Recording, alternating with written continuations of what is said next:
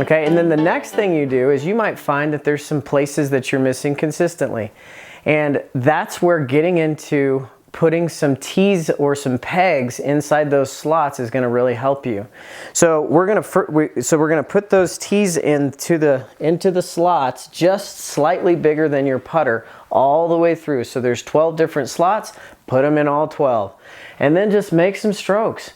And the bigger margin that you give yourself, the easier it will be, and the smaller it will be.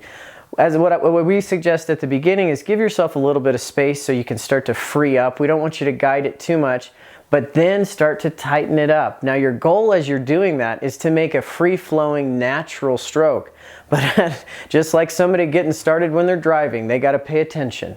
You got to get it through the cones, you got to really be aware of where you're going, and then pretty soon you're being able to do whatever you want with the wheel.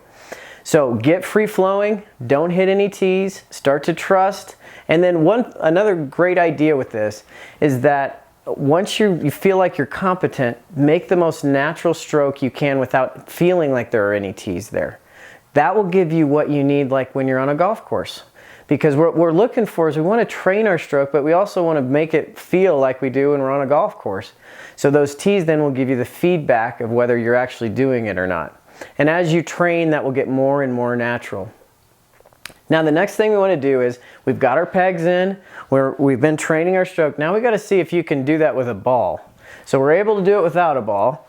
You know, we're learning how to make free-flowing strokes on plane. Now we're going to put a ball in play, and as we put a ball in play, now we're going to see if we can hit that ball and not hit any T's.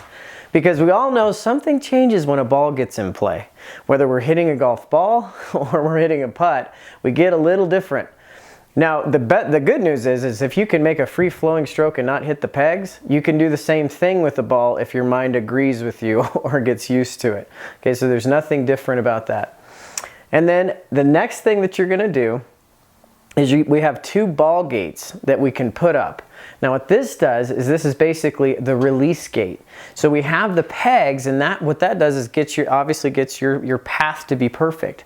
But now if you're going to if you're traveling on that plane, you have to release the putter perfectly or the face square to the plane to get it to go through that slot.